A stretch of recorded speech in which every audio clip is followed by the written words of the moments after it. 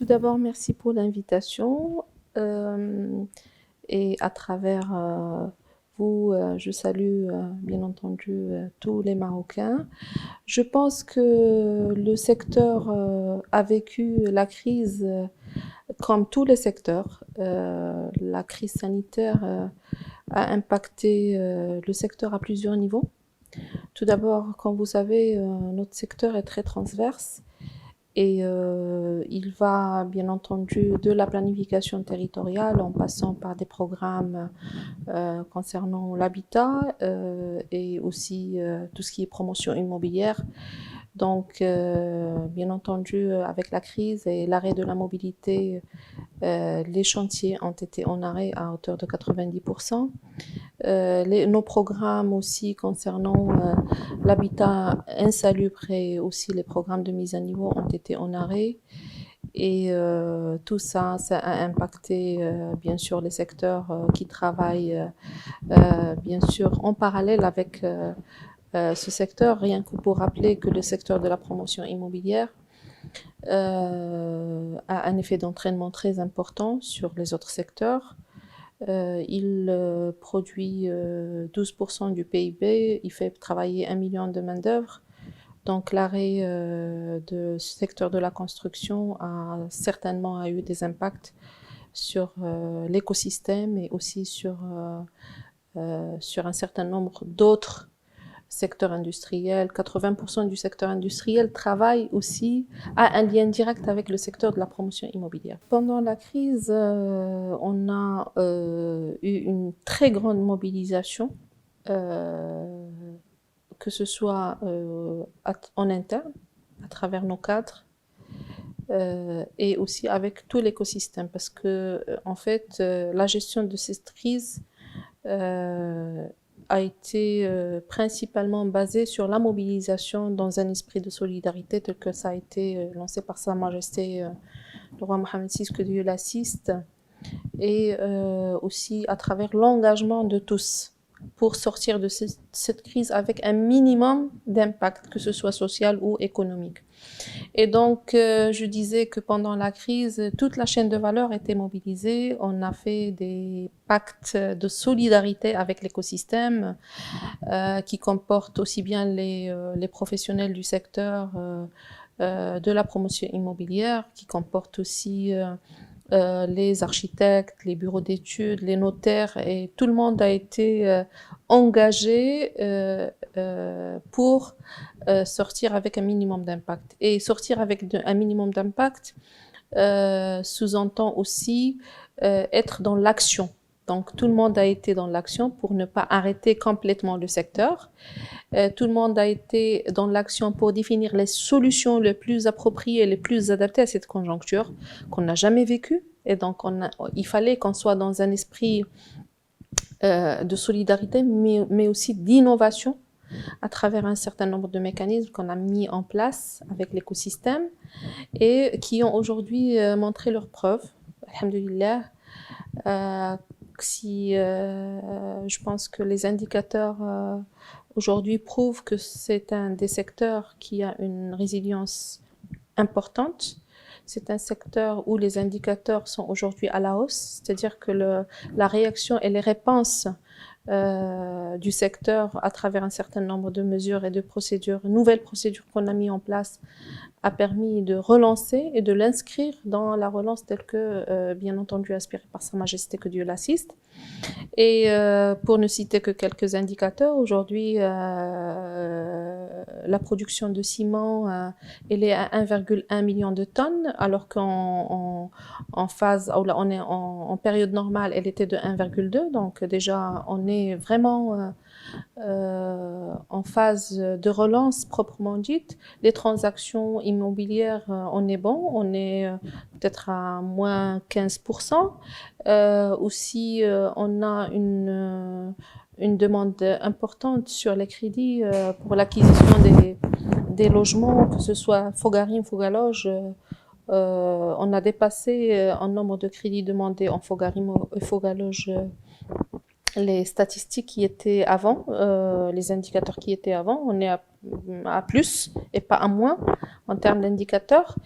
Quoi encore, par rapport aussi aux logements sociaux, aujourd'hui, effectivement, on a ressenti qu'il y a un retour à la normale parce que des personnes peut-être qui n'ont pas beaucoup de moyens, ils ont continué dans leur projet d'acquisition du bien, à savoir les logements sociaux à 250 000. Il y a aussi une demande très importante sur le foncier. Et puis l'indicateur par rapport au prix d'acquisition qui n'a pas beaucoup changé par rapport à une période de crise où l'immobilier est le premier secteur à être impacté. Donc juste pour vous dire que, alhamdoulilah, à travers l'esprit de co-construction avec l'écosystème des solutions innovantes et qui permettraient d'asseoir une résilience du secteur, a donné ses fruits. Et aujourd'hui, on est toujours en train de travailler sur d'autres solutions permettraient aussi de stabiliser encore plus et de relancer ce secteur et de le rendre parmi les secteurs les plus productifs du pays. Voilà.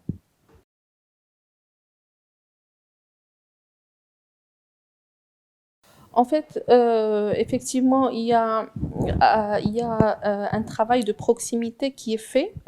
Juste à titre d'exemple, il y a eu plusieurs sorties qui ont été organisées et pour lesquelles j'ai donné le coup d'envoi d'un certain nombre de programmes qui sont conventionnés déjà, que ce soit par rapport à notre programme de mise à niveau dans le cadre de la politique de la ville ou dans des programmes aussi de logement et d'aménagement des lotissements pour des fins de logement et d'habitat. Il y a aussi d'autres conventions qu'on a signées et qui visent le renforcement de l'amélioration du cadre de vie, que ce soit dans le milieu urbain ou dans le milieu rural. Tout ça, c'est dans un double objectif. Tout d'abord, c'est de communiquer et d'avoir une approche de proximité avec les acteurs locaux. D'abord pour les rassurer par rapport au secteur, pour les amener à adhérer à notre feuille de relance, ou la feuille de route pour la relance, et surtout pour les écouter, écouter les territoires et identifier les nouveaux besoins sur lesquels on va construire un programme ou là des plans d'action faits sur mesure en fonction des spécificités des territoires, parce que les territoires ne sont pas les mêmes, les impacts du Covid ne sont pas les mêmes sur ces territoires, donc il va falloir venir avec de nouveaux programmes permettant de les accompagner, notamment après la crise. Aussi, pendant cette mission ou ces visites territoriales, on a identifié le besoin d'asseoir une convergence intersectorielle et une convergence aussi à travers toutes nos représentations au niveau de chaque région pour accompagner la régionalisation avancée. Et c'est de là où est venue l'idée d'aller dans des contrats objectifs avec bien sûr toutes les instances et les institutions qui représentent le ministère au niveau des territoires, de mettre en place un programme intégré et cohérent qui va être porté, bien entendu, avec toutes ces institutions, les agences urbaines, l'habitat. Vous savez, au niveau des territoires, on est représenté par 4 et des fois 5 représentants et on avait besoin d'asseoir un contrat objectif pour accélérer la mise en place de nos programmes à l'échelle des territoires et surtout l'accélération est liée à cette convergence entre nos différentes représentations. Et ces contrats avaient des objectifs bien identifiés pour 2021 et avaient aussi des défis très importants, que ce soit en termes de continuer sur le chantier de dématérialisation pour améliorer l'accès à l'information et l'accès aux services. C'est de faciliter aussi les procédures à travers aussi la simplification que nous avons déjà entamée et qui a donné ses fruits aujourd'hui. Les agences urbaines sont dématérialisées à hauteur de 97%. C'est aussi par rapport à tout ce qui est opérationnel, disposer de bases de données et des plateformes comme celui de Géoportail, où on a mis en place tous les outils permettant l'accès à l'information concernant la planification des territoires, notamment les plans d'aménagement. Aujourd'hui, un investisseur peut accéder à travers ce Géoportail à l'information par un seul clic. En une minute, il peut avoir des informations, il peut accéder à l'information concernant sa parcelle, sa vocation, comment il peut la valoriser, c'est-à-dire l'offre territoriale, et aussi ça va permettre de dynamiser encore plus l'investissement, mais cette fois-ci avec un zoom urbanisme, parce qu'on suppose aujourd'hui, on est convaincu que l'urbanisme est une solution pour booster l'investissement, que le foncier est une solution pour booster l'investissement aussi. Et pour répondre à votre question concernant ce cadre conventionnel, c'est vraiment un cadre qui permettrait de faire converger tous nos efforts et surtout d'optimiser le temps parce qu'aujourd'hui, la grande question, c'est comment accélérer l'action et gagner du temps, et c'est à travers ce gain de temps qu'on va gagner en PIB. Voilà.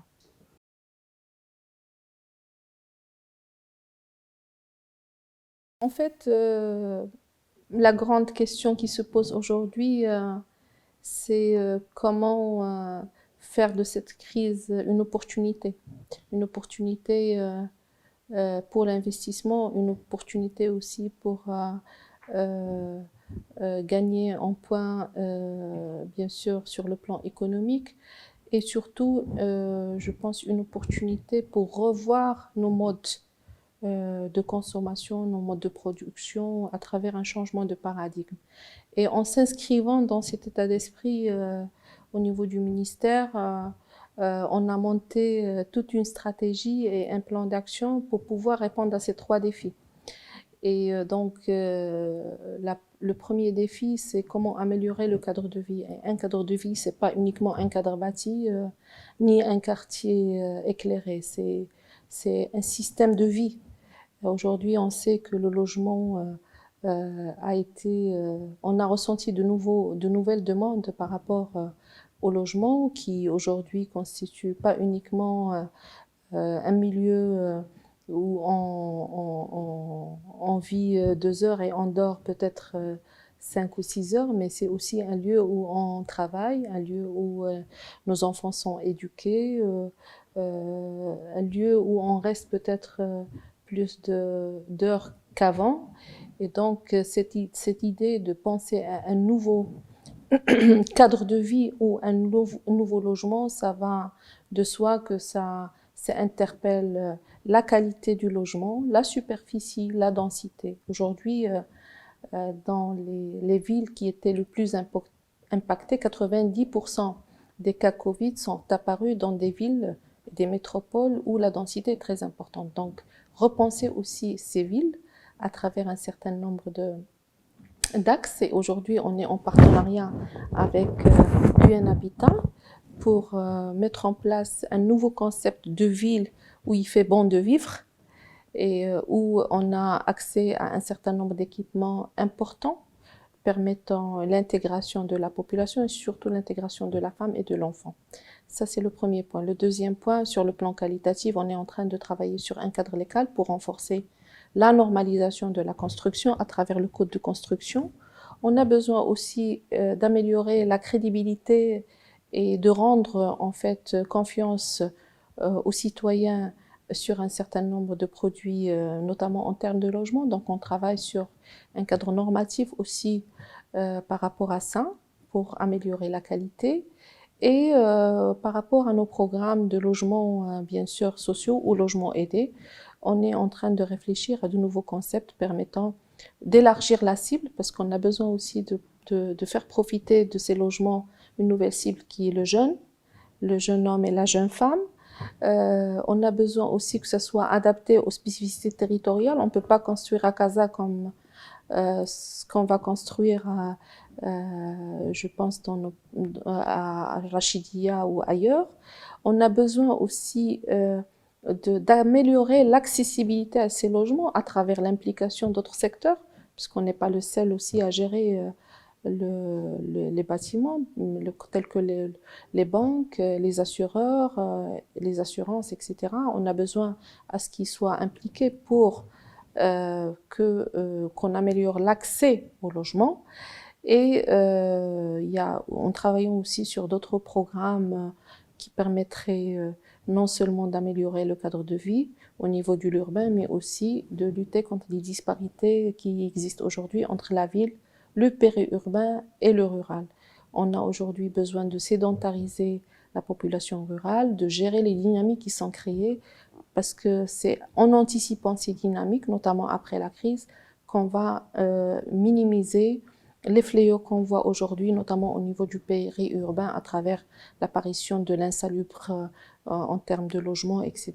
Voilà, donc, de façon globale, les programmes sur lesquels on est en train de travailler avec nos partenaires et bien entendu un renforcement des échanges dans le cadre de la collaboration et de la coopération surtout triangulaire, nord, sud, sud, nous permettrait de gagner encore en temps et de partager les bonnes pratiques et de pouvoir adapter ces bonnes pratiques aux spécificités nationales.